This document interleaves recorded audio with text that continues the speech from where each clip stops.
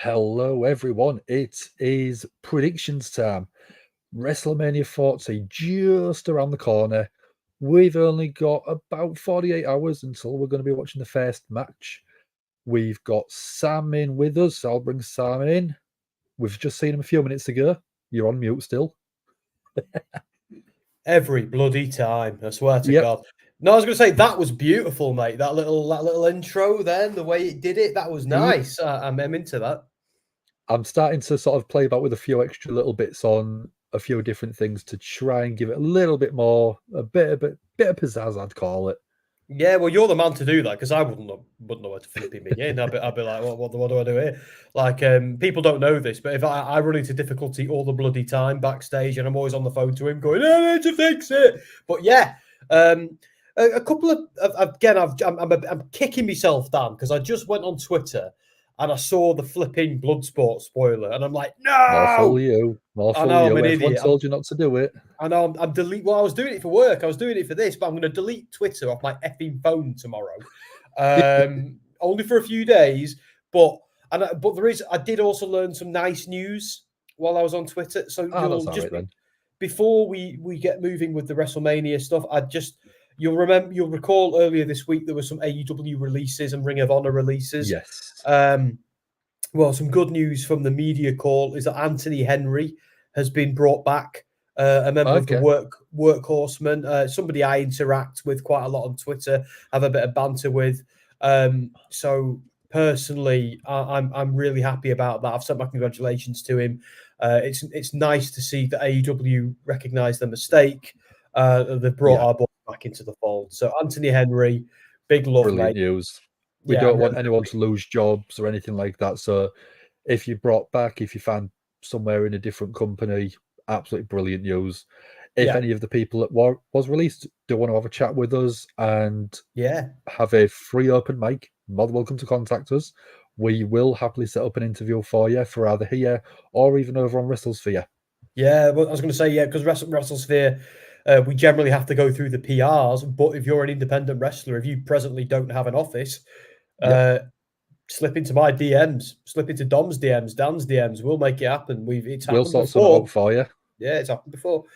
But yeah, we are ready to go. WrestleMania weekend has begun, Dan. So, are you working now? Did you say, or are you off until like Tuesday? Oh, I'm working tomorrow. I'm off Saturday and Sunday, but I have got so many things I've got to get squeezed in. And then I'm working Monday, but then I'm off Tuesday and Wednesday. So Tuesday and Wednesday is going to be catching up on a lot of things. Right, you are. Yeah, it's going to be crazy. My plan is a little bit. Michael's teasing us with Bloodsport. So my plan then is tomorrow is to. Obviously, I'm having to spend a bit of time with my wife. Then I'm gonna once I'm home from where I'm going, I'm going to just balls to the wall, watch everything like Bloodsport, blah blah blah blah blah.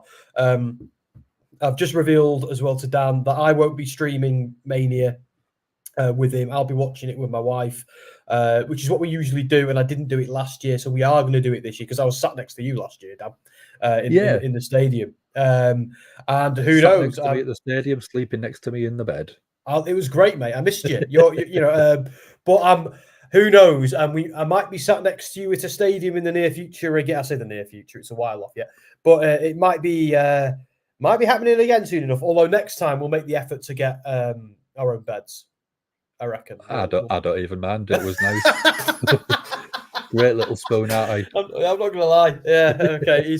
I've said it before, and I'll tell anyone. I got back into bed with my very attractive wife, and my first thought was I missed down. So there you go. But yeah, we're here to talk Mania, not whatever we've got going on. So let's get on with it. I found that absolutely beautiful graphic online a couple of days ago, so I thought that's got to be right at the start. It ties in quite well right at the top with the lightning bolts and the electric and the fireworks. I thought it was really nice. It made it look sick. You've been working hard. I've just seen a comment from Mark. I know we haven't gone through the comments yet, but in response to it, I'm just going to do something. I'm not stripping. but I want to take my Shield top off because it's a little bit warm in here, and I wore this t-shirt deliberately for this stream. So I'll be one minute. Okay. While you're doing that, what a win it was. Great match. I've actually started watching the Chelsea Man United game as I'm streaming, and that's been a phenomenal game as well. Beautiful t-shirt. So if you was around last night, you might have seen what I unboxed.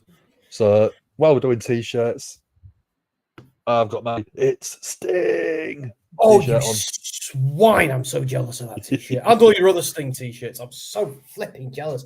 I am joining that thing. I said to her in bed last night when I was watching you on my iPad in bed, Dan. I was naked as the day I was born. Whatever you need to get you there. Yeah, mate. And I said, I'm doing it, I'm doing these flipping crates. I'm sick of him getting all this good stuff and me not getting it. So like I said, it's about 45 quid every other month, and you'll get everything that I got last night. It's brilliant. Yeah, suits me. Oh, Sassy is in. Oh, sure. We are going to get to run some predictions very shortly. This is what you join us for. It's the chaos. Bants. How's that, Sassy? Look at that, Sassy. Hey, Rebellious Noise are in. I'm just going to I'm being a bit naughty. I'll do the comments, Dan. I'll just jump on the comments. Go for it. Rebellious Noise, loving the shirts, boys. We're in the mood. WrestleMania weekend has begun. Is that you there, Scott, behind the back end, as it were? Let's go to all the others. I've been watching your wife's The Sims stuff as well, mate. It's ace because my missus is a massive Sims fan, so I've been trying to get her into it. So let's just go through a couple of the comments before we get going down. Sassy's doing the housekeeping. There we go. I've been cursed out by Sassy. Oh, are you? Yeah, I know how to do curses, Dan. We've got check out WrestleSphere interviews with Danny Luna and Jody Threat, as well as Pretty Deadly and Kevin Owens. And our interview with Gunther is also up right now. I know because it means I wrote an opinion piece the other day and I can't upload it to WrestleSphere because we want Gunther to be there for the duration of Mania. So I'm waiting. But anyway. So here's Michael saying, hey, sorry, Dan, you brought up Sassy's comment. Sorry, I'll get back to it. No, it's okay. That's fine. Go for it. Hey, Mox Buddy, you watching Bloodsport? No, she's right here watching us, where she should be, Michael. Let us be jealous of adorable Andy for being at WrestleMania. Yes, adorable Andy Spores. He's not, I think he's going to WrestleCon. I think that's tomorrow night. He's probably getting drunk tonight. I haven't heard from him for a few hours, but he did arrive safely. He sent me a picture of not Philly cheesesteak, but a grilled cheese for some reason. Yes. He sent it to you as well, didn't he? It did look nice. I'll give him that. But yeah, we're also, speaking of Andy, we are also streaming live on Wrestling Royalty tonight. So if you're over on Wrestling Royalty and you're watching this and you're like, wow, my God, Andy got more handsome. Well, this is why, basically. So continue to, I'm talking about you, mate, not me. Continue to support Misfit Wrestling Podcast. Tom Talks Rubbish. Great interviews featuring Dom, San, and Dan and Sam. Yeah, Tom Talks Rubbish has interviewed us all. He did me and Dom recently. He's probably going to knock on your door soon, Dan, as well, I would have thought. Probably. He's also done your partner. Yeah, well, he did just to find out what it's like living with someone as eccentric as me, and what it's like to live with somebody who watches wrestling like 12 hours a day. So sorry about my squeaky chair, but it is what it is. If Andy sees this, have fun and going crazy. Yeah. If Cody wins and Stone Cold comes, lose your mind. Oh, he will. He's such a mark. Yeah. Marina Shafir is a beast. Don't spoilers. I agree, Mox Buddy. Watched CMLL for the first time. Awesome wrestling in so many styles. Loved it. Yeah, it's a good one. Did you know I've got a mate who lives in Mexico City, and they go to CMLL shows. So that's cool. Awesome. Yeah. Rishab, who's one of us, a member of the community. He goes eating in the Great Khali's restaurant every now and then as well. That's so cool.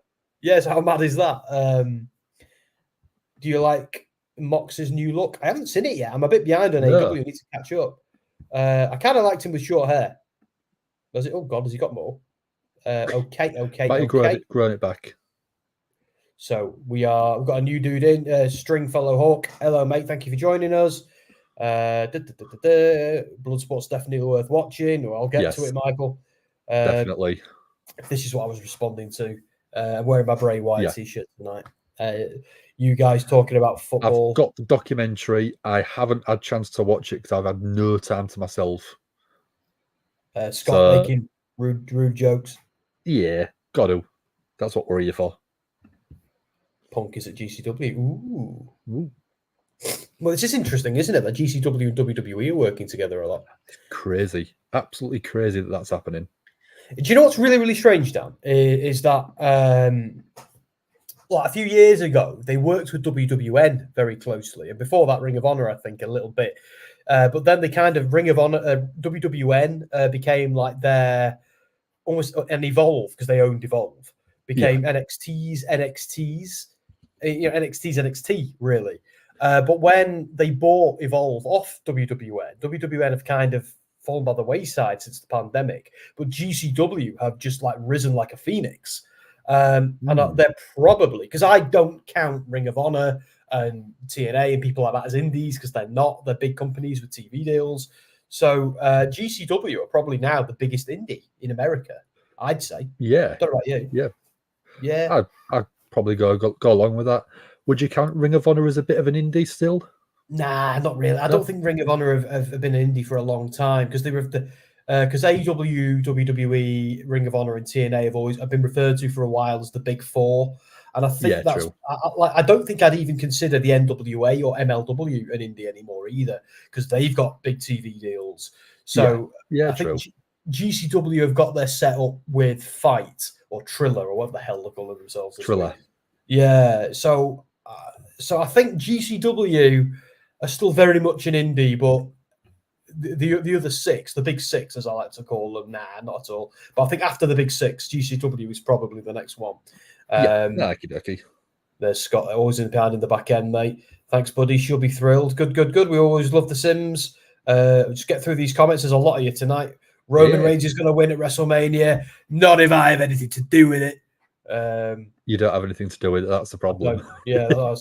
Sorry, Cody, you're screwed, mate. They would be asked if the dogs, but they can't talk. Sorry.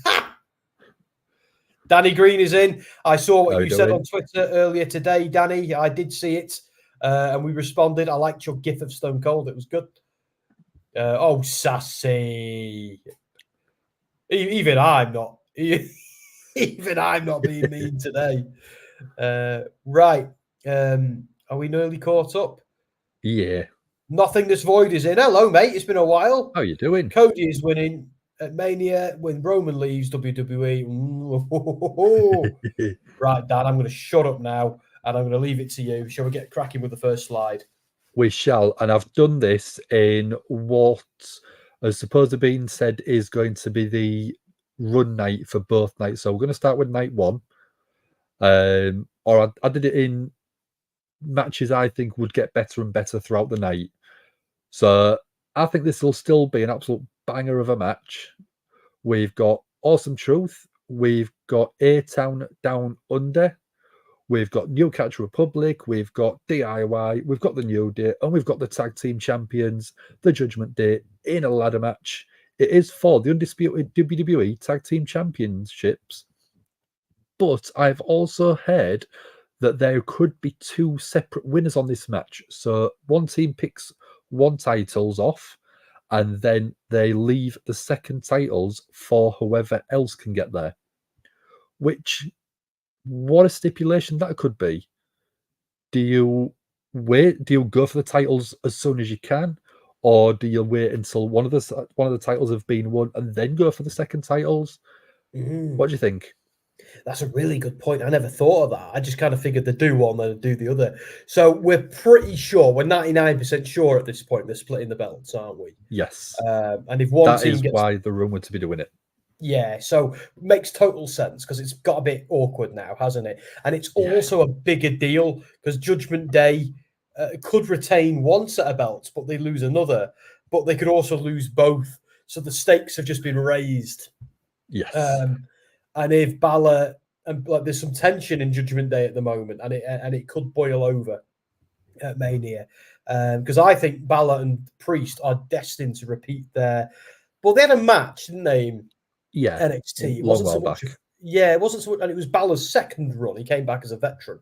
So I am of the view that they are inevitably going to feud on the main roster. But I think right now we also got to consider what's going on with Priest's Money in the Bank. Yes, but he has got until July to be built back up to be a legitimate threat, I think. Yeah. God, I was in the building when he won that. Mad, isn't it, really? To think how long everything was ago. But yeah, so I think he could cash in at Mania, but I don't really see where unless they swerve us. I don't know about you. That if they do try and put take the titles off Judgment Day and have Damien Priest cash in, I think it's going to be a failed cash in. I don't like that idea. I would prefer Damien Priest to be built up over the next 6 to 8 weeks and then cash in maybe at whatever the pay-per-view is after WrestleMania Backlash. Yeah, it actually makes a or good point. Maybe see it as what's the one they're doing? Bash at Berlin's a bit too far in it. France is next. Backlash. WrestleMania, Backlash. I could possibly see it being there to give an international sort of feel to it. Having it being cashed in a different country is a hell of a lot bigger deal than anything else I think you could do. It's being cashed in at WrestleMania. It's being cashed in the Monday night after Raw, after WrestleMania. The only thing that you haven't done is have it cashing in a different country.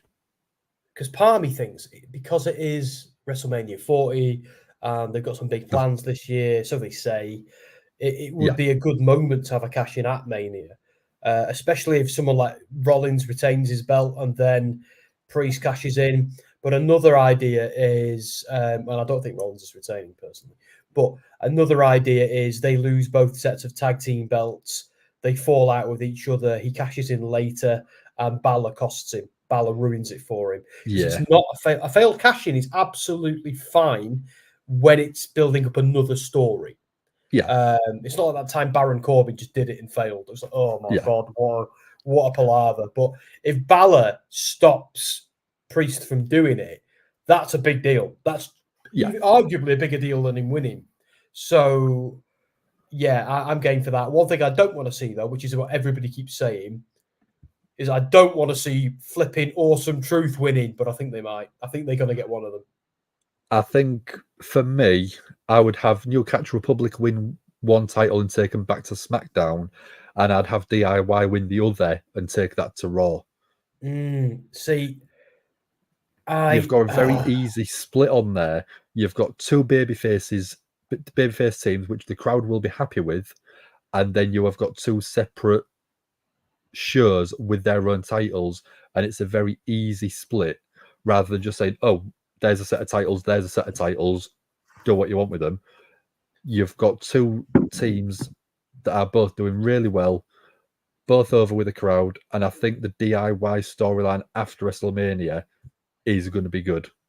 Well, Jay Hodgson just made a great point. Can't wait for Truth to grab one of each title. That's really funny.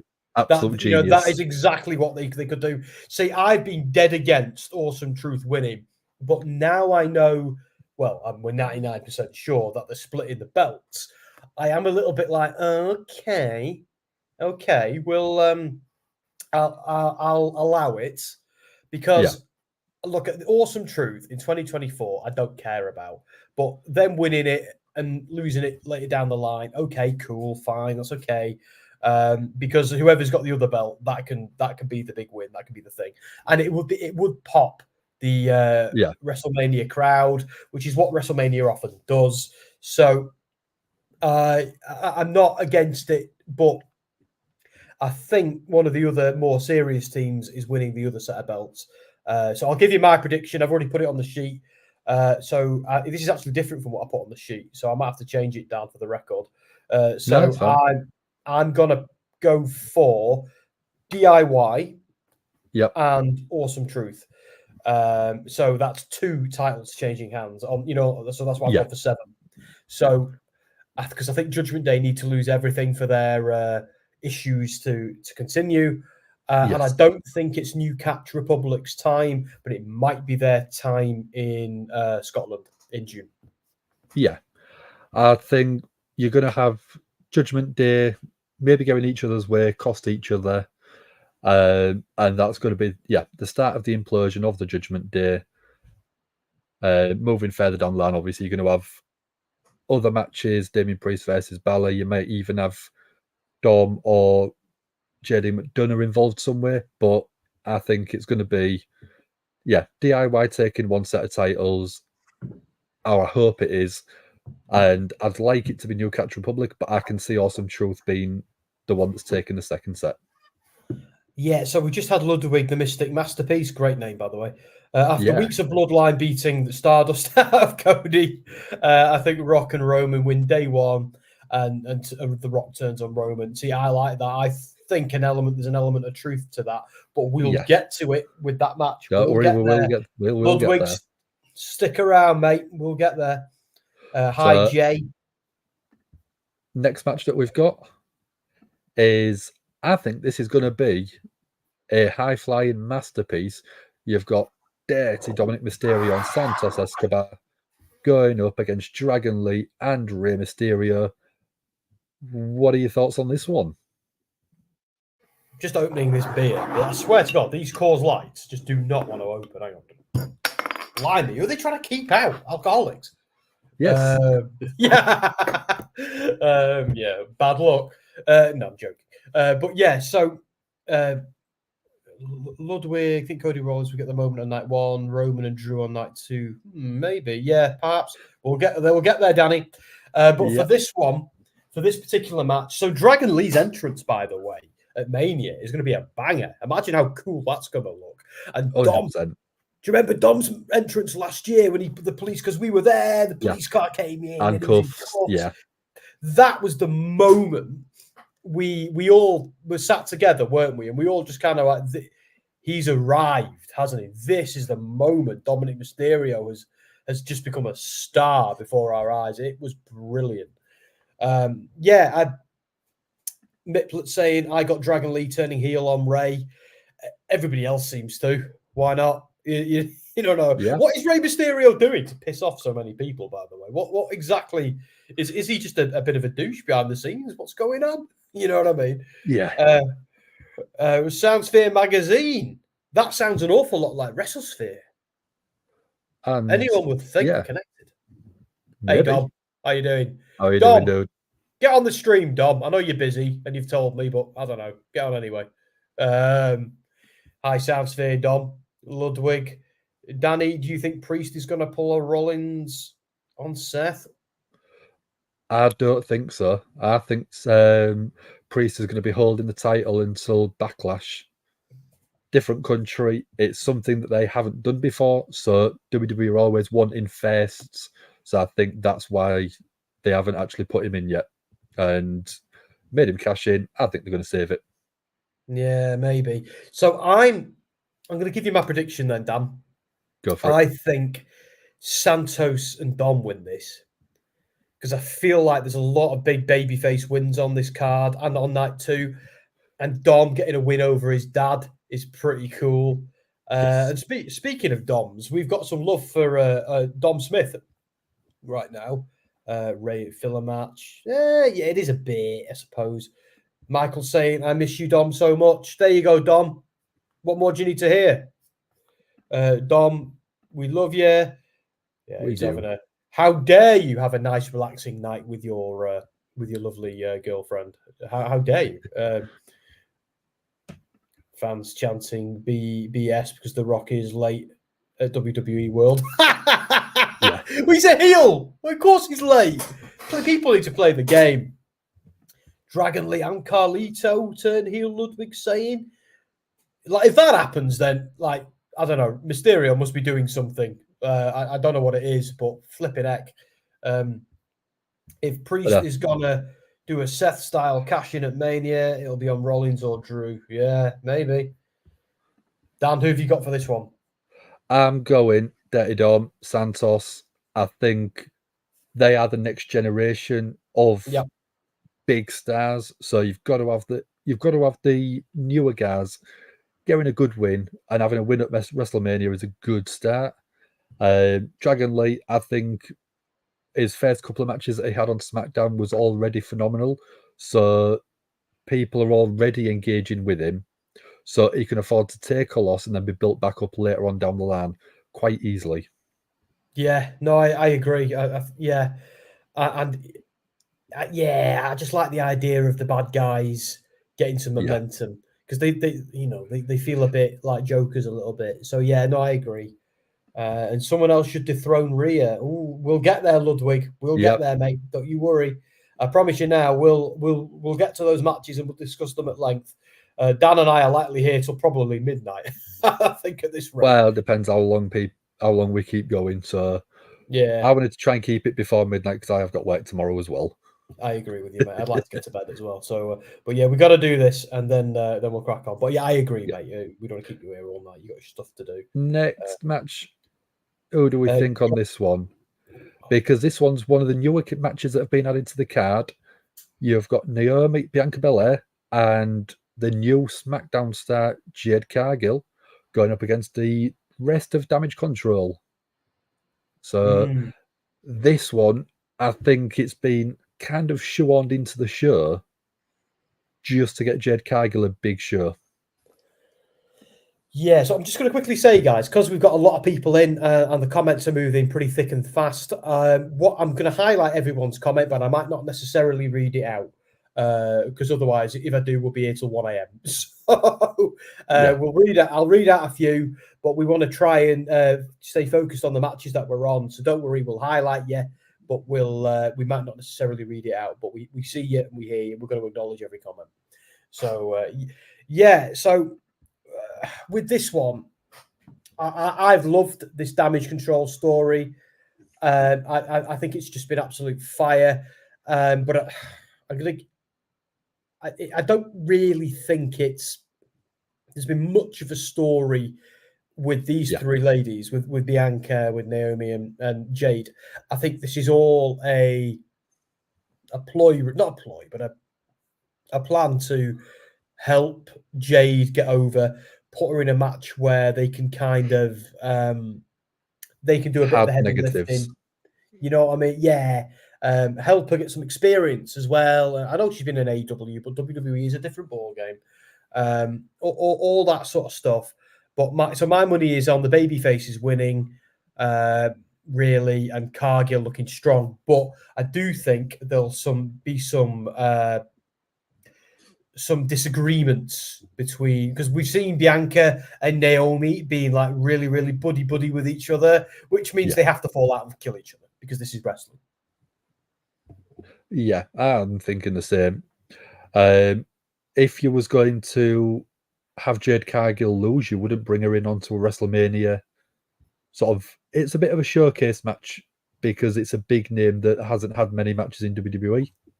In total, she's only actually had 65 matches since going professional, and only one of them has been in WWE, which was the Royal Rumble. Yes. That was in January. So your second match is a WrestleMania match. That is a lot of weight on your shoulders. So having the other people in the match, which are seasoned performers, which are very, very WWE built in a way from the ground up, it means that you have got a lot of support there and a lot of people, as you said, to do a lot of the heavier lifting in the match. Whereas out of all of them, I reckon Jade is actually the strongest and can do the heaviest lift out of everyone. Yeah, in terms of that, but I do think Naomi and Bianca are so much more experienced, and there's been a little bit of dirt sheet news about them not being fully trusting Jade to have a singles match yet. Yes, my words, not theirs, but so I think when I say heavy lifting, I mostly mean work in terms of work rate. And I just want to acknowledge Daniel because he's one of our regulars. Daniel, hello, mate. We're doing all right. Dan's got one more shift at work and then he's free to enjoy WrestleMania.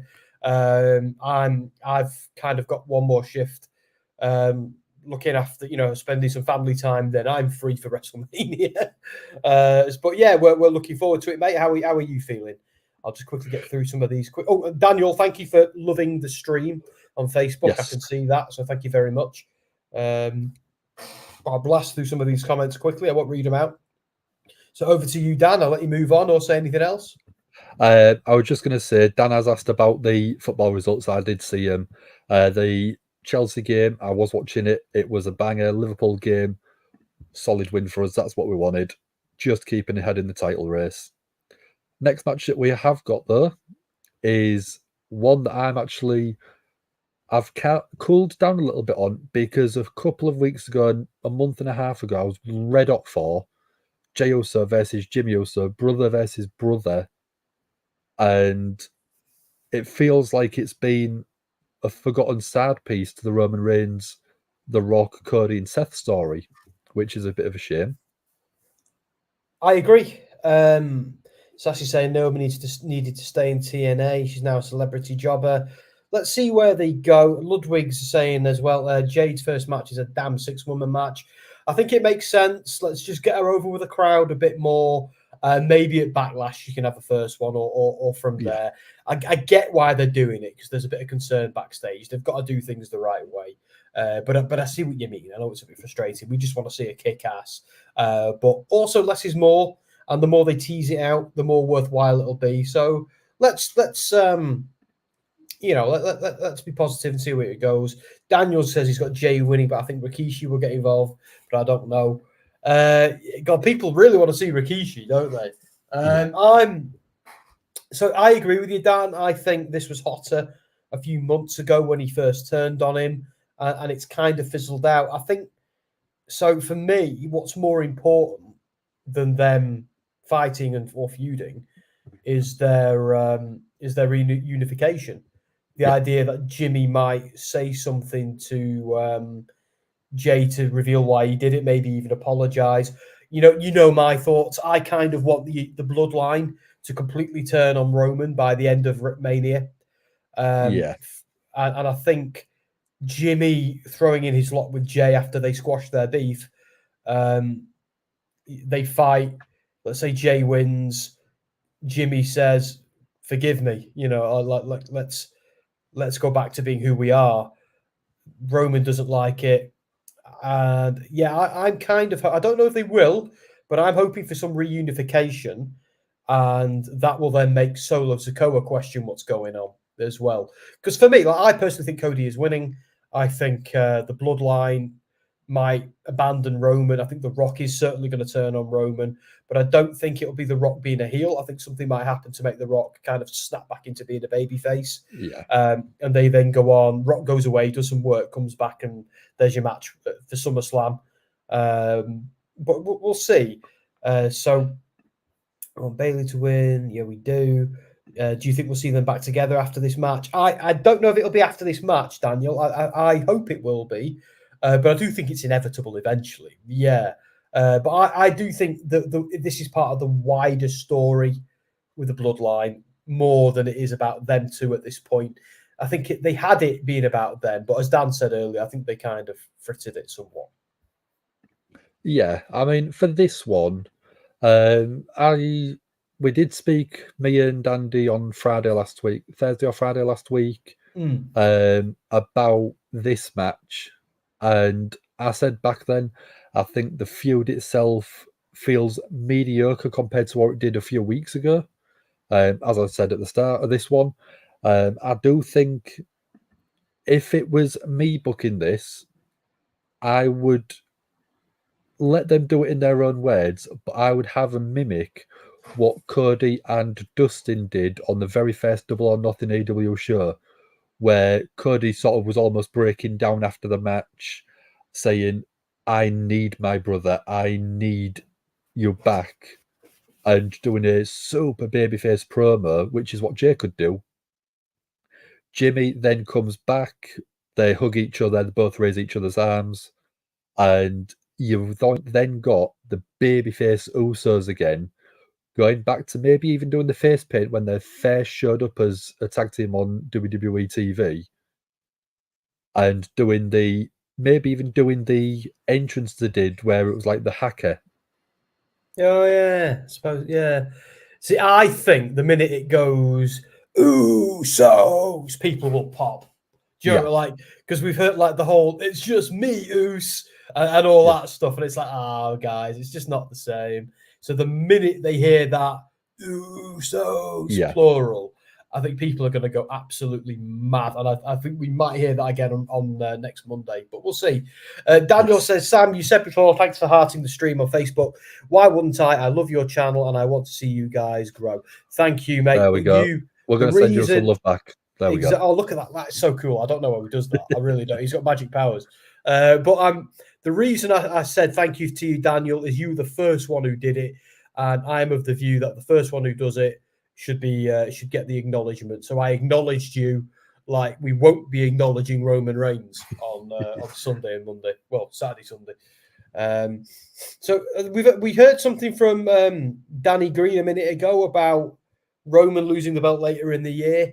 Don't forget, mate, he might lose it on Sunday night. I'm just saying, like, let's not make any assumptions about where this card is going. It ain't over yet. And there's a lot of momentum behind Cody. And I tell you what, after they messed up and they switched out it for The Rock and then switched it back, they now realize quite how much momentum they have. So let's not assume anyone's winning anything, because I think we're all going to be a little bit surprised come Monday morning. So let's get on to the next one, which I think is going to be probably match of the weekend. And I'm not talking just WWE, I'm talking Ring of Honor, I'm talking GCW, I'm talking everything. I think this is match of the weekend. I don't think you're wrong. I think Daniel said, I hate to break it to you, Sam, I want Roman to win at Mania and face The Rock at Backlash. I think it'll be from what I'm hearing, mate, it'll be SummerSlam for The Rock and Roman. Yeah. But things could change. We'll get there. Mate, I'll be in the building at Backlash. I hope it's Backlash. My God. But we'll see. Yeah, I agree with you, Dan. I think I'm loving this story at the moment. I love how Gunther, for the first time, is actually rattled by Sami Zayn. Yes. And is being a bigger douchebag than usual because he's so rattled. I just love it. This is going to be a great wrestling match. I'm really, really worried. Andy disagrees with me about this, but I'm really, really worried that Chad Gable's going to turn on Sami, and that's your feud going forward all the way till SummerSlam. But here's what I think what needs to happen here, and I'll explain in a moment. I'll just quickly, but it should have been Chad Gable. Well, I'll tell you why it isn't, Daniel, because I think the story here is Sami loses because of Chad Gable, or loses and then Chad Gable turns on him, and Sami and Gunther feud all the way till SummerSlam. I think at another pay-per-view, Chad does get a shot at Gunther, but comes up short again. And then Sami takes him down at SummerSlam. But I think Gunther retains here. And if Gunther retains, then Roman Reigns is almost certainly losing as well. That's a bit different to what I'm going for. Ooh, go on then.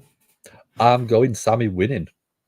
Okay. And the reason I've got Sami winning is because I think Chad Gable is going to turn heel, but I think he's going to do it on the Monday Night Raw after WrestleMania, because I think you're going to see Gable go, I couldn't beat Gunther, but I can beat you. And I think that way you've got a heel being taken on. Sami Zayn's going to have that title. Sami gets the massive pop at WrestleMania when he wins.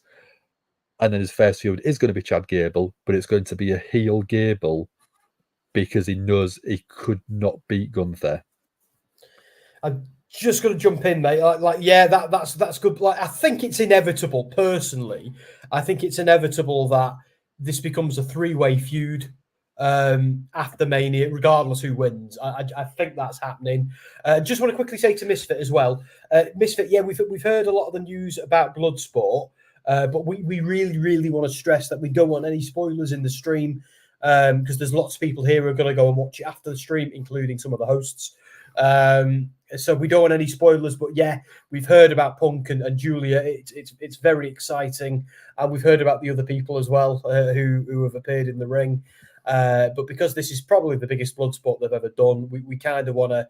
We don't want any spoilers to go out because there's a lot of people who have joined us in the stream and they're not watching it and they're going to watch it after. So we would very much politely ask everyone in the comments, even with people hanging out in the crowd, let's just keep everything about Bloodsport under wraps until after the stream, and then we'll go absolutely apeshit on watching it. Only because WrestleMania weekend's a bit different from every other time, and it really. Yeah. But yeah, I think you're onto something, Dan. It might make even more sense than what I said, but one way or another, I think Gable is turning heel. I've been saying that for weeks. Andy's been like, "No, Sam." I'm like, "Mate, make your peace with it. It's coming." I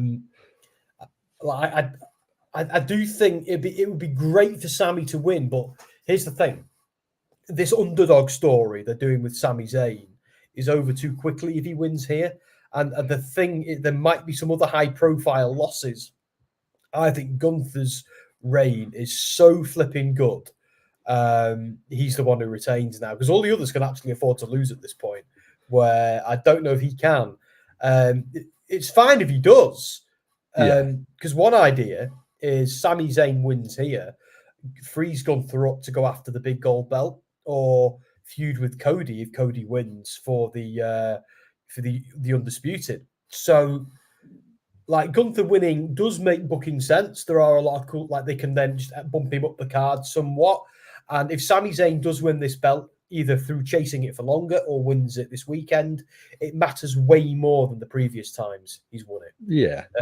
This really matters more. When he previously had that belt, they hot potatoed it about and they used it as a prop. Now it means something because of Gunther, because of Triple H's booking. This belt, I would argue, the IC title means more than the big gold belt at this point. The new big gold belt. I'm saying that as a synonym more than anything. So I'll just quickly do some of the comments, Dan, because while we've been talking, they've been moving thick and fast. Of course, he is.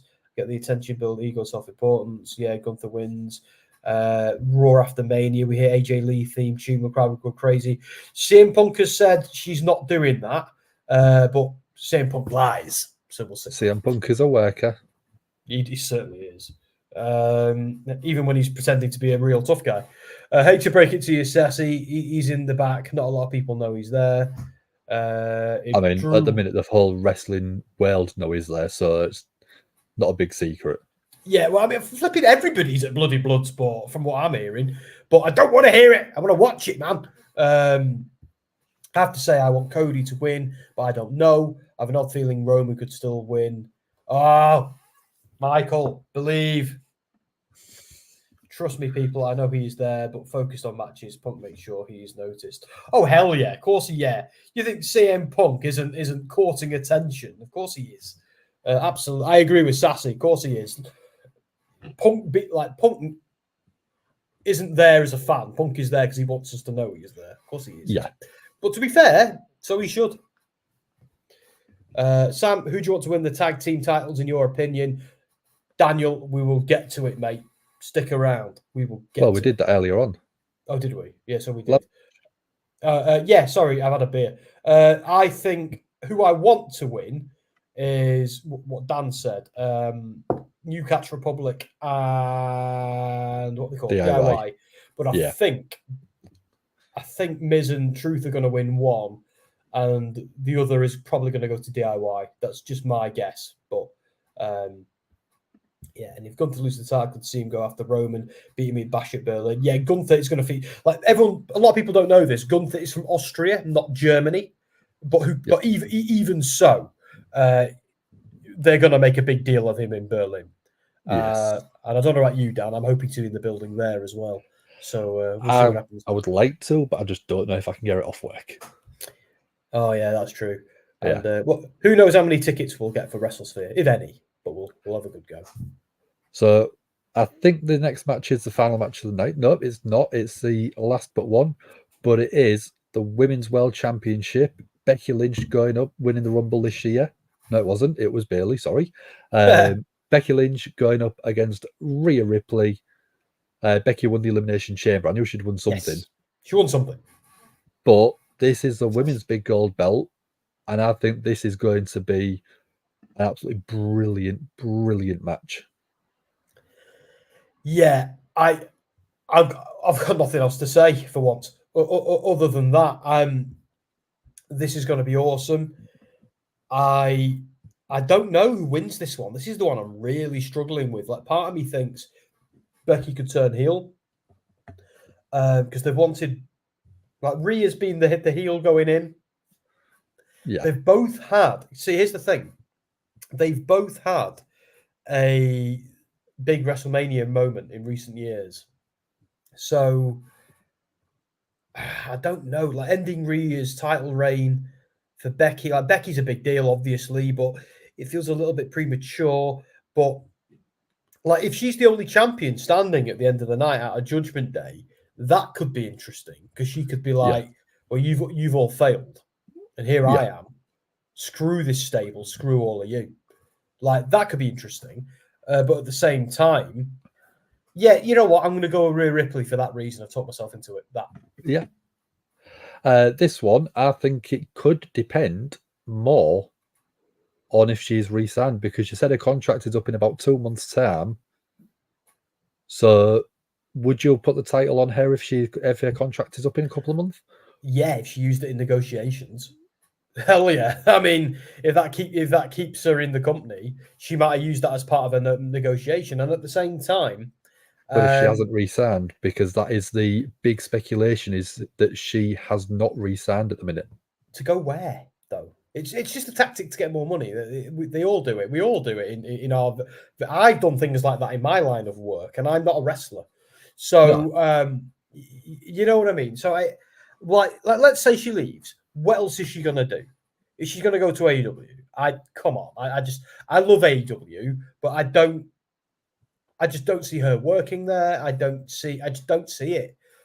She's resigning. I don't necessarily think she wins the belt here, but look at all the silliness they've said about McIntyre. Oh, he's not re-signed yet. Yeah, guys. Yeah, he has. Trust me. Yeah, he has.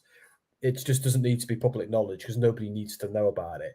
And it's way more fun for McIntyre and the office to keep it secret. McIntyre is signed. Trust me on that.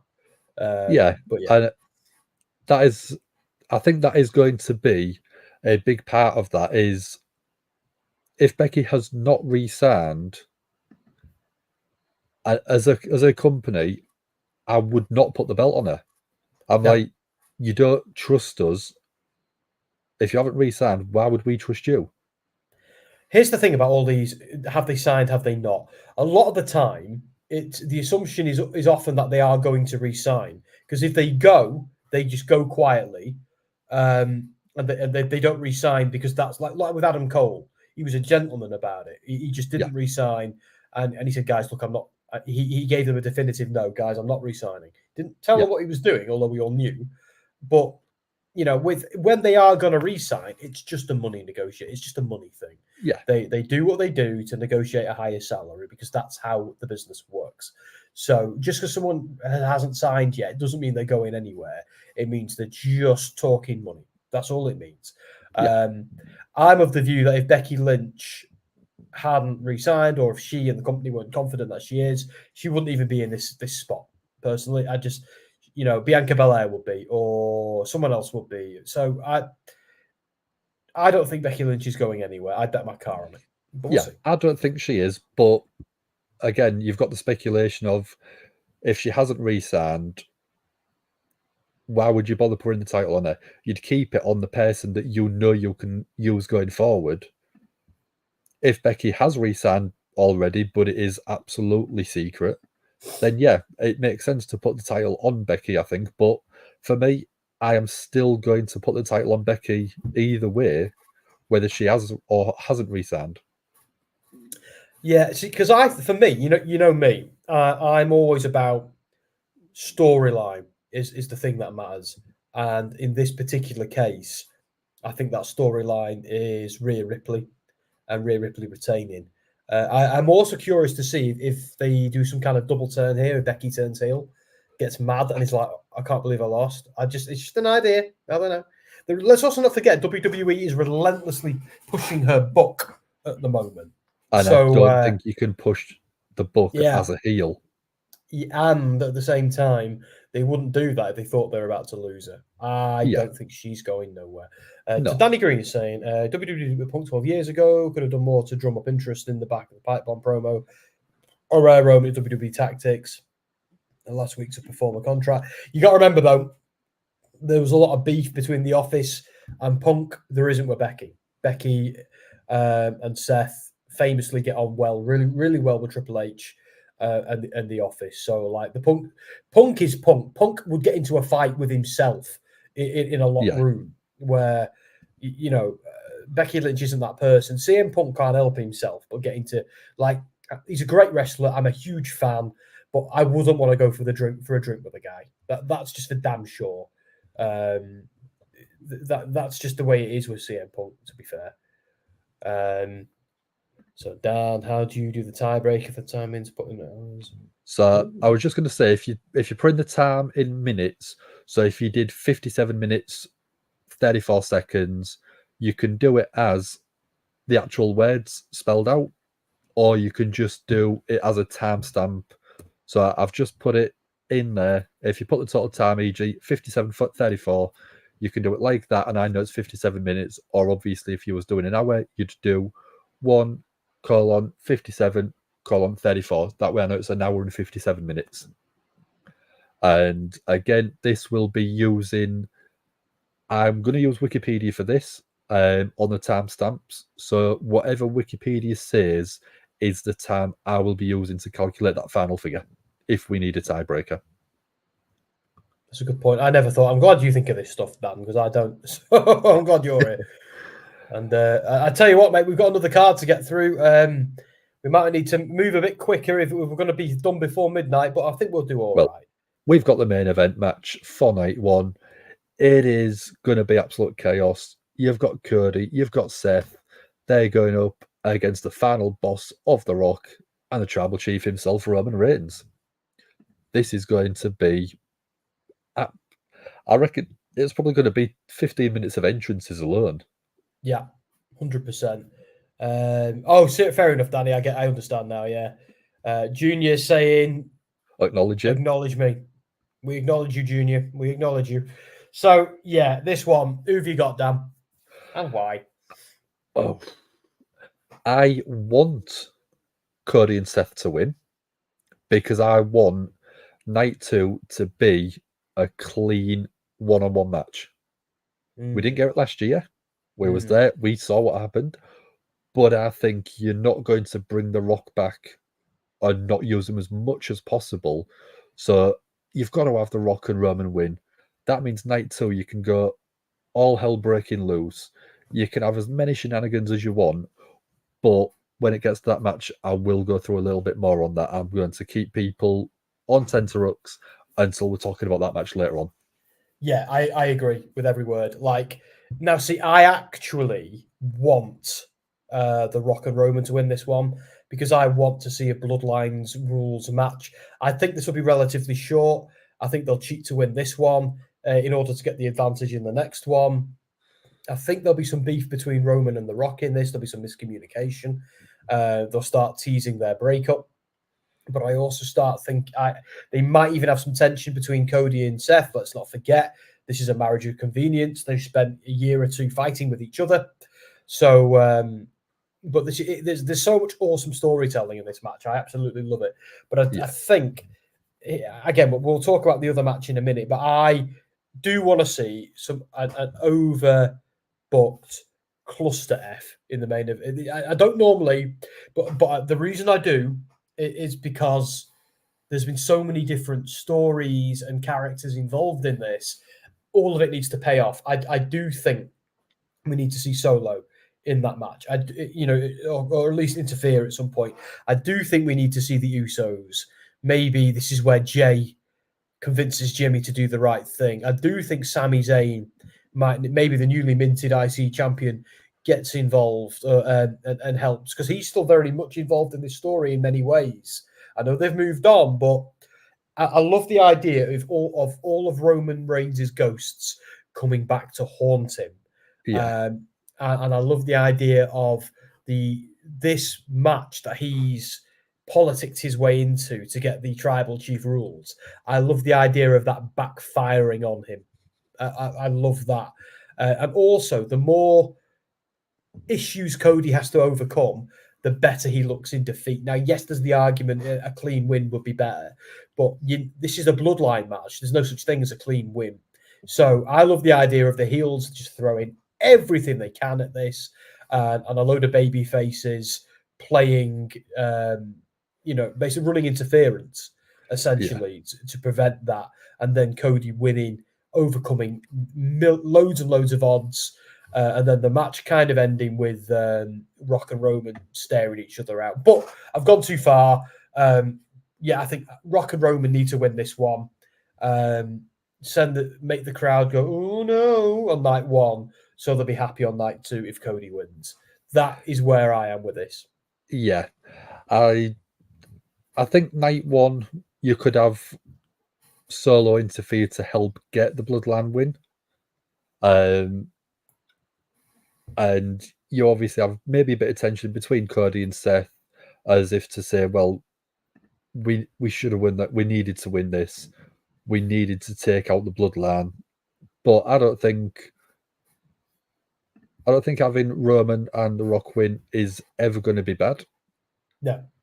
But like I said, when we're talking about the main event match of night two, we'll go through a bit more of that on discussion in a sec. Yes. So that is night one. We are going to start night two with, and I've forgotten the tag team's name. I've forgotten the name of Lashley's team, but the others are called Final Testament. Yeah, Bobby Lashley and the Street Profits versus the Final Testament. Yeah. Yeah, I know they've got their own name. On WWE, do yourself a favor and bring back the Hurt Business. For the love of God, it was brilliant. Why did you get rid of that stable? It was hot as hell. It was the Bloodline before, not the Bloodline. It was Judgment Day before Judgment Day. It was great. The Pride. That's it. Thank you, Mark. That's the one. Yeah.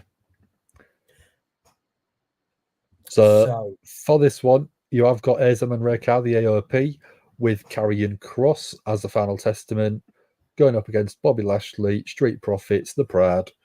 What do you think for this one? Is this being shoehorned in just to fill night two, do you think? I'm actually more positive than that. I think this is a good idea, this match. I think it makes sense. We've been seeing it play out on TV. It's a good show. It's a great, I'm happy Karrion Kross is on the card. I'm happy Lashley's on the card. Both of them came up short last year. I know Lashley was meant to be in a match with Bray, and Bray got ill, of course. Rest in peace, Bray. And then we have the Profits. We've got Akam and Razor. I'm happy they're back. I'm quite positive about this match. I don't really mind who wins. I think it's going to be the baby faces. Although, no, I think it'll be the heels, because I think they need the rub more than the faces do. I think Lashley and the Profits don't really need to win. I think we need to see Final Testament start looking strong and meaning something. So, I'm going to go with the heels. And I agree with Sassy. I'm just happy they're all on the card. Simple as that. Yeah. Yeah, I think it's one where you could go either way for this match. I don't think any of them are going to come out looking too bad, but I don't think any of them are going to come out looking like a new 5-star main event performer. Yeah, agreed. Although Lashley and what's he called, Montez Ford, I've done some amazing things in their careers. In recent years. Montez Ford, I still think, is going to be one of the people that you should be building shows around, but I think he's always going to just slip under the net. Yeah. Which is such a shame, because he is such an athletic guy. He is great on the mic, but I just don't think he's muscly enough or big and bulky enough for him to push him as that next main event guy level. Yeah, it's a weird one, because he's bigger than Finn Balor and AJ, and they've both been in that position. So I don't know. He's taller, but he's not beefier build. I think that's the problem. Well, He AJ's looks like hench AJ, isn't he, these days? Yeah, he just looks like a tall, athletic dude, but he's not a big muscle style dude. I know that's not obviously what Triple H's idea of a main event guy is when you've had people like Balor as champion in NXT, people like Johnny Gargano, but I just think that there's just something that is missing from his physical presence. Yeah, no, I know what you mean. I will say with Balor, he was the first Universal Champion. He got injured, and that held back his run. But AJ was a WWE Champion for ages. Just over a year, yeah. And Hassan is in. Hassan says, "I vote for the Pride." yeah, me. See, I'm voting for the bad guys because I'm a contrarian. So there we are. Hi, Hassan, says Sassy. So next one, this is actually one we spoke about last week with Andy over on Wrestling Royalty. It's a very interesting match, very intriguing because you've got two big performers and Logan Paul, who is actually doing absolutely brilliant work. So what do you think for this one? Look, everyone knows how much I love Logan Paul as a wrestler. I think he's brilliant. I think he's superb in this position. I wrote an article about him the other day, for Deserto. They said, Sam, you know about wrestling. We want to write about Logan Paul and what he's doing at WrestleMania. Can you put that together for us? So bish bash bosh, there it is. It's for non-wrestling fans who want to know about Logan Paul, really. But yeah, I love this. I think all three men are fantastic in their own unique ways. I think Randy Orton wins this because they want to kind of they need to build some beef between KO and Randy, who have been buddy going into this. I love the idea of the match, the bell ringing, and then both just going to Logan. I love the idea of like a shark on one side and a lion on the other coming towards but I do think I think Danny Green nailed it there. The idea that Orton pins Owens and then that carries on. But I think with Logan Paul, I think he's done great work, but he might want to go and do some other projects and come back to WWE in the build to next Mania. I hope he doesn't. I hope he sticks around. But I'd love the idea if he. I love the idea of him retaining. That'd be ace. But I do think they want to build Randy back up and give him a few more accolades. So I do think Randy gets this one. That's just me. Yeah, I think it is a very, very interesting match. I did say last week on Wrestling Royalty that it feels like Kevin Owens has probably been put in there to take a few of the bigger bumps to save Randy's back. Obviously, he's recently come back after 18 months away. So I think Kevin Owens has been put in this one to do a bit more of the heavy lifting with Logan Paul, but Randy's there as the veteran to make sure that everyone is going to look good. You've got the experience of Orton. You've got a lot of experience with Kevin Owens. I think actually more than Randy Orton in this match. Maybe. I think as well. I think you're right. I like the idea like Kevin Owens can do some like dynamic aerial spots and table spots and the stuff that makes sense for him to do. The putting his body on the line craziness. Like Kevin Owens loves jumping off stuff where Randy has a much more people criticize him for this and those people are stupid. Randy has a much more methodical approach to wrestling and there's a place for it and it works really well in WWE. The idea, it's like this plodding predator kind of thing where everything is move for move, match for match, hold for hold.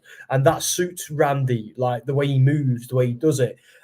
So it makes sense to have that type of wrestler in this match, but it also then makes sense to have KO doing his thing.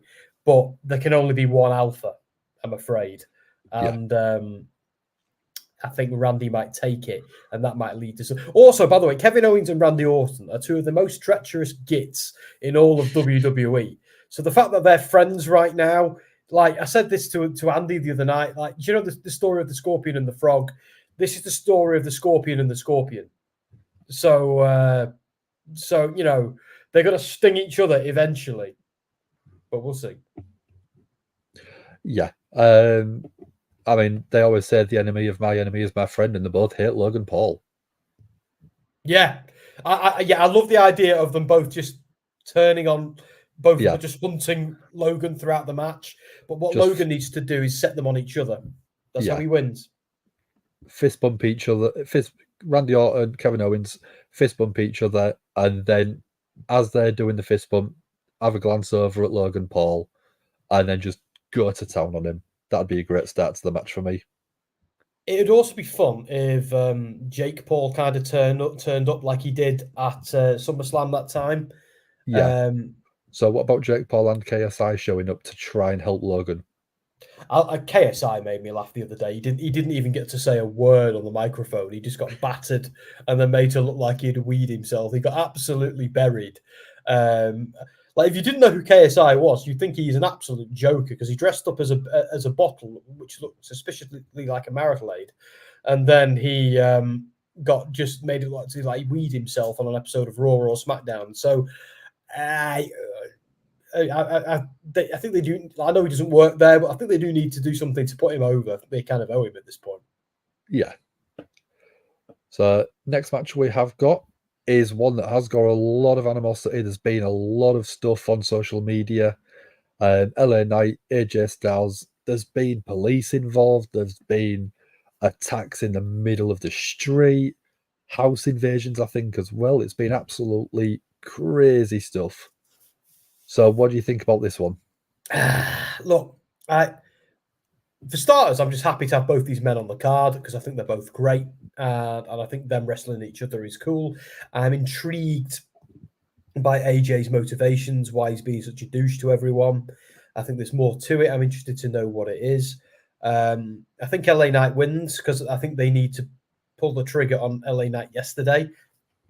And this is a win over AJ Styles at WrestleMania in 2024 is a pretty big deal. It just is because AJ Styles is AJ Styles, dude. I mean, I feel like the animosity and the silliness that they've done with the home invasions and stuff has been to try and get this match over because it just hasn't been, not really. But I don't really care about that. I just want to see two great professional wrestlers have a great match. Yeah. And so I'm into this one. I'm not as excited for it as I am by many of the others, but I love both these guys. I'm just happy they're both on the card in a high-profile match. Doesn't need a belt. I just want to see these two have a great showing, and I won't blink during this match. I won't go and get a beer. I won't go for a wee. I will pause it if I have to do anything. I want to see this match in its entirety. I can't wait for it. And I think LA Knight wins because I think that makes booking sense. Yeah, I think for this one, there was rumours that LA Knight was meant to have a big high-profile spot at WrestleMania last year, but because of, I think it was injuries, that stopped that happening, which was a shame because I'd have loved to have heard LA Knight's music pop at WrestleMania or even on the Raw or SmackDown on the weekend, and we just didn't hear it, and he was one of the people I was most looking forward to seeing live. But I think LA Knight does deserve a big win at WrestleMania. AJ Styles is already a made man, and I think LA Knight just deserves a little bit of backing, a little bit of confidence from the company to really help push and make him an even bigger star. Yeah, and that's the whole purpose of this match. The whole purpose of this match is look at LA Knight, the guy you've been shouting, at shows for the past year, over a year now. Like, we hear you. He's a big deal. He's not on the Cody Rhodes, Gunther, Roman Reigns level yet. We're going to try and get him there. But here's what we're going to do. We're going to put him in the match with AJ Styles, a man who's done it all, a guy who doesn't need the win, doesn't need anything. He's got nothing to prove to anyone because he's AJ mother trucking Styles, where LA Knight is a bit more of an unknown commodity, but he's a hot commodity. The world want to see more of him. And I actually think it doesn't need a massive storyline. It's just two professional wrestlers who don't like each other very much, who've been put in a match at WrestleMania. And sometimes that's all it needs to be. It sometimes doesn't need a multi-layered story like we've got with Sammy or like we've got with Roman and Cody, or it doesn't need to be about who's the better man, like it's a Supercard of Honor between Eddie Kingston and Mark Briscoe. You know, they like each other. They, you know, there's a lot of love for each other, but they're fighting for that belt because they need to know who's the better man. Sometimes that's all you got to do. But this is different. This is just old school heel versus babyface. They don't like each other. Let's fight. I love it. But I'm here for it. It's nice. It's a basic story. What would you say if they added a stipulation on because of the animosity between them? The only thing I could think of, because there's no cage match on the card right now.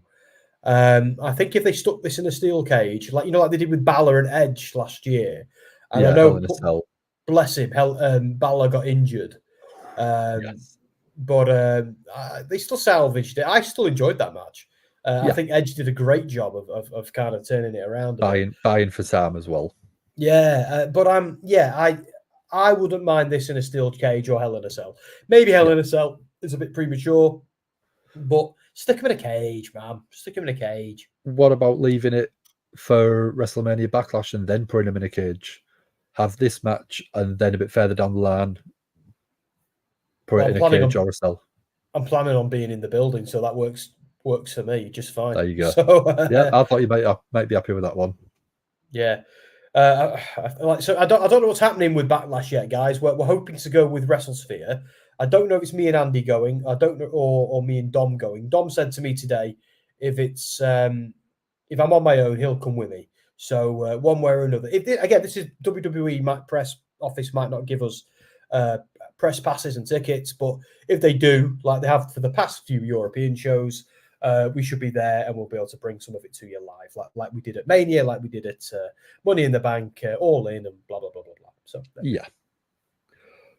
So we're going to, this one is the winner of the Women's Royal Rumble this year. It is Bayley going up and challenging Io Sky for the WWE Women's Championship. What do you think for this? Oh, I pulled a muscle in the gym. I mean, bloody agony. Anyway, kills, mate. I think Bayley has to win this one. Io's been a great champ. I love her. I feel like they kind of missed a trick. I vote for Hassan. I know I vote for Bayley. No, Hassan, I vote for you. I think they kind of missed a trick after Money in the Bank with these two. But I loved how they did Bayley's reveal and face turn. That was wicked. So Bayley's not had her big WrestleMania coronation, and she's been with the company like forever. This needs to be it, please. Can this be it? I really, really want Bayley to win, as everybody else seems to do. Hassan's thanking me. Yeah, I'm booking you to win, Hassan. But I love Io. I love her so much. She's brilliant. And if I said anything less, Misfit fall out of me. So all about Bayley here. Yeah. I think when Bayley first decided on the person that she was going to challenge, it was such a well done story where she'd been learning Japanese. Yeah, great. And then she'd had the interaction in the ring where she replied in Japanese, and the rest of Damage Control looked like they'd seen a ghost. It was phenomenally well done. Yeah. But I think since that point, there's been a little bit of forgetfulness of, I won the Royal Rumble, I should be a bigger deal. And it's just petered off a little bit. The deals actually says it best. Bayley's got zero push after a Rumble win. She deserves this. 100%, man, 100%. But what I would like is I would prefer to see Io come out to wear individual music, mainly because it is an absolute banger of a song. I have it playing in the car every so often. And I put it on the gym tracks. Yeah, down. It's such a great good intro. And it sounds great with the bass. Yeah. Oh, it's so good. It's such a track. What's it called? Tokyo something. Tokyo. Yeah.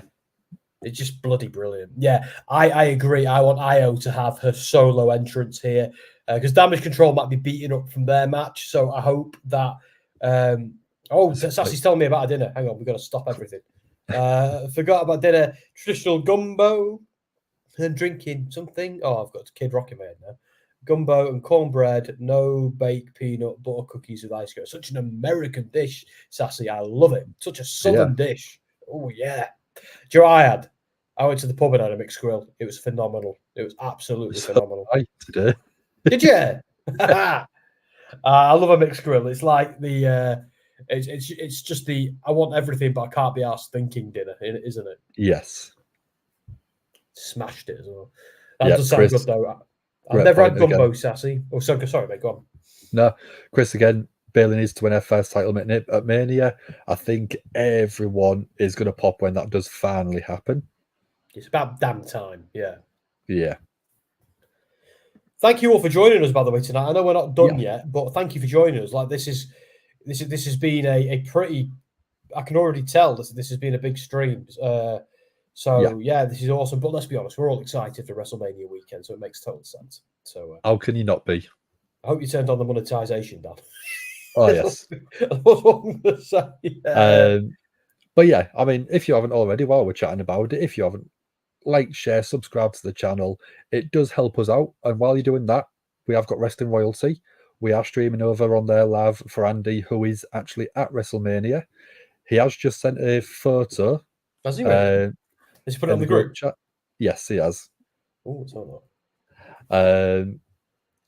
Yeah, if you could help Wrestling Royalty out by giving them a like, share, subscribe, give them tweets, give them a bit of love. And then we've obviously got WrestleSphere as well, which Sam is obviously a big part of, Dom as well. So again, they do brilliant wrestling interviews. They've got Gunther on there. They've got Kevin Owens. They've got some huge names dotted about. So we would like to see them get some love as well. Yeah, totally. Like again, WrestleSphere is a triumvirate now. We are, it's Dom and I started it, but now we brought Andy on board. We've got a couple of high-profile freelancers as well. Dan helps us with, something like tech stuff and things like that. So we are growing, we are getting bigger. But what's great is we've got the might of Soundsphere to lean on, and we've got the community of Gimme a Hull to lean on.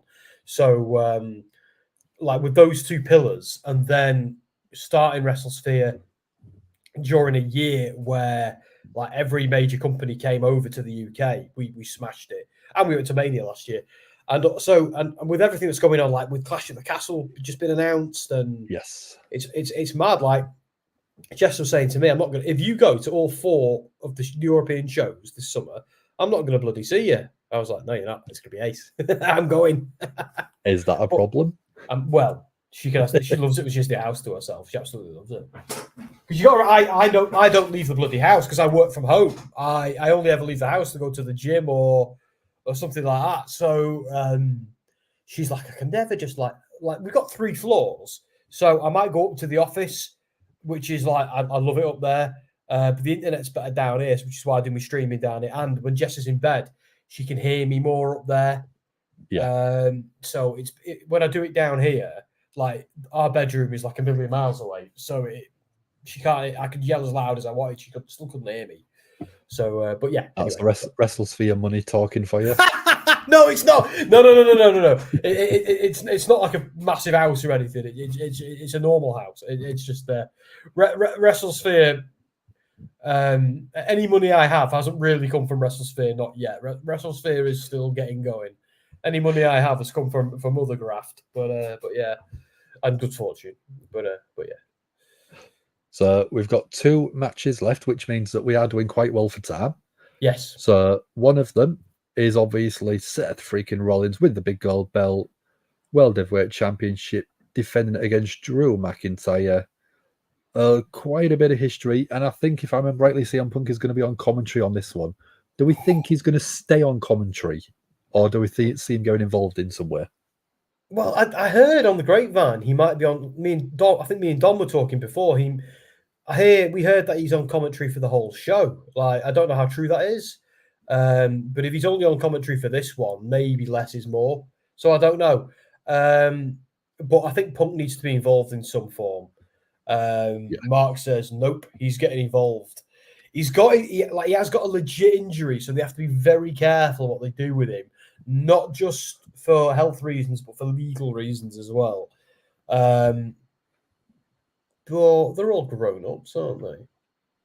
So, what are you thinking? I don't know. I think he's going to get on commentary and he's going to get in someone's face, and that's about it. That's what I think. I think something goes down with Punk. McIntyre capitalizes. McIntyre wins. Because like it doesn't matter. Like Rollins losing is actually a really good story because not only is his body breaking down, because like and Shinsuke identified. Shinsuke's been like, look, I know about your back, I know about your leg. Then don't forget his neck as well.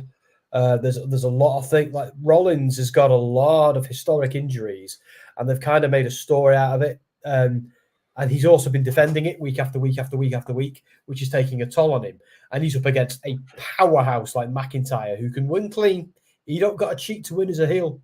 No. Which is the best type of heel sometimes. Like the Samoa Joes, the Brock Lesnar's, they don't need to cheat. They can just kill you. So the idea that McIntyre loses, Seth's got nothing to be ashamed of. But at the same time, Seth can always be like, if I hadn't spent so much time going to bat for Cody, would I have lost? And that's great storytelling. That's what McIntyre's been saying to him. McIntyre's been saying, no. Give me your best you. Yeah. So we'll see. Didn't he say we'd get physical though? Or where did he say that? Did he say that in his interview? I think he said it on Raw. Oh, did he? I don't remember. He said he might have to get physical. He might be in the ring. He might be on commentary.